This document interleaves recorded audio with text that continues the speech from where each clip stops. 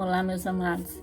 A aula hoje será de português e eu deixei um assunto aqui, uma atividade específica para mim explicar para vocês hoje, porque eu acho que essa atividade ela vai ser um pouquinho complicada, né? Como a gente está à distância. Então, é a atividade número 7 de português da página 18. Essa atividade ali fala assim, ó, escreva os trechos unindo falas de personagens e falas de narrador. Use a pontuação adequada. Então, eu vou usar o quadro, vou fazer ali a A, né, explicando, dando um exemplo para vocês, para que vocês possam continuar as próximas atividades. Aí, no final, né, ali que eu explicar sobre o assunto ali, aí eu vou passar um trabalhinho para vocês, tá? Mas no final eu dou todas as dicas desse trabalhinho, tá bom?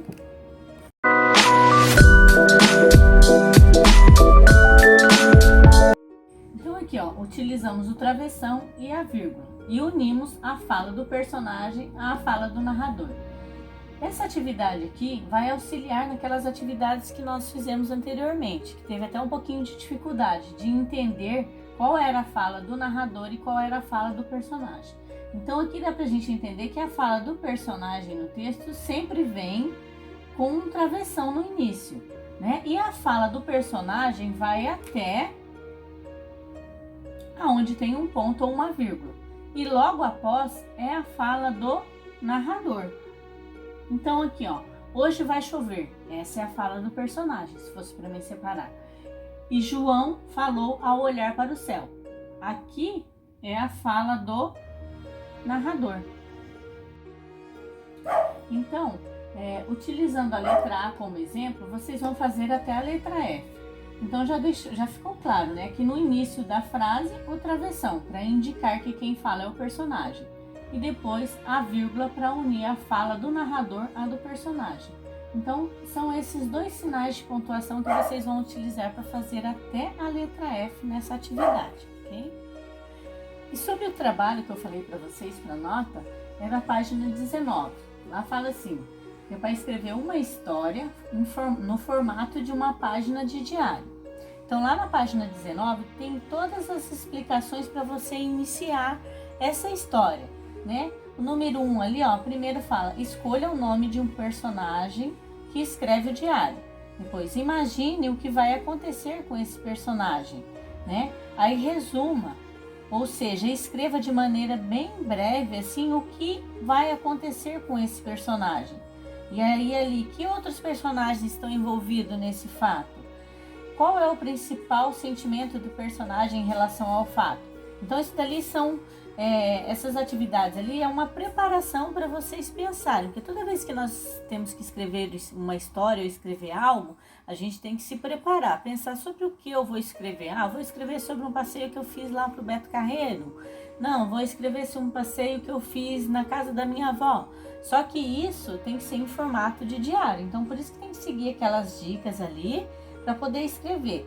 E logo ali embaixo, depois que vocês colocarem todas essas, escreverem tudo que está pedindo ali, ter uma noção, organizar tudo para fazer a história, aí tá ali, ó, em seu caderno, escreva a primeira versão do texto.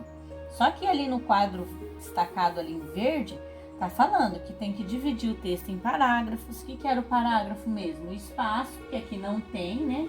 Que fica antes da frase ali. Já até mandei explicando o que é o parágrafo. Então, tem que dividir em parágrafo. Nos diálogos, use a pontuação correta. Qual é a pontuação correta do diálogo? É o travessão no início da frase, né? No início da fala do personagem. Outra coisa também, usar a inicial maiúscula nos nomes dos personagens e no início das frases. A prof sempre cobra, início de frase, letra maiúscula, nome de pessoas, de personagens, letra maiúscula. E, por último, né, ali, dê um título ao texto. Às vezes tem gente que já coloca o título lá no início do texto, né? Deixa um espacinho ali, coloca o título, pula as linhas.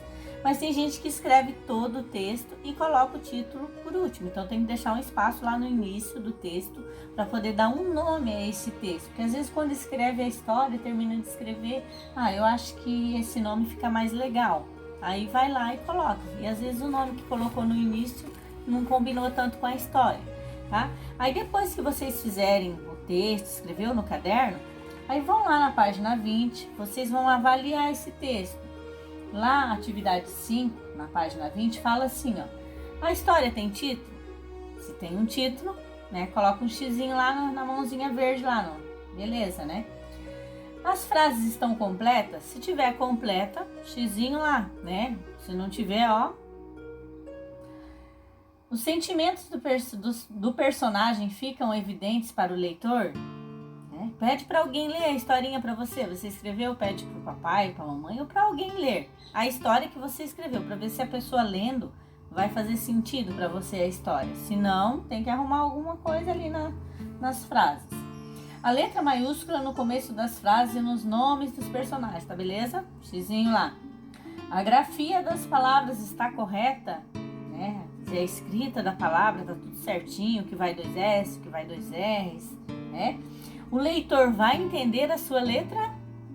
Então, esses critérios ali, antes de enviar para a prof, você tem que observar todos. Ah, a letra não tá legal, esse não tá legal, vou reescrever, vou arrumar essa frase. Façam todos esses itens ali, observem todos esses itens. Aí quando vocês tiverem certeza, tá tudo legal, aí vocês podem enviar para a prof até na próxima segunda. Mas eu vou enviar para vocês a data certinha que é para enviar esse trabalho para mim, né? Pode tirar foto, vou passar o meu e-mail, pode tirar foto e compartilhar por e-mail, que acho que fica melhor para mim poder avaliar ali, né? Fazer a correção. E eu vou colocar também o que eu vou avaliar. E aí, esse texto, essa história que vocês vão fazer, eu vou dar um trabalho, eu vou dar nota de trabalho e vou colocar lá no diário de nota, uma nota para vocês, tá? E depois eu vou repassar a nota que foi dada, beleza? Beijão!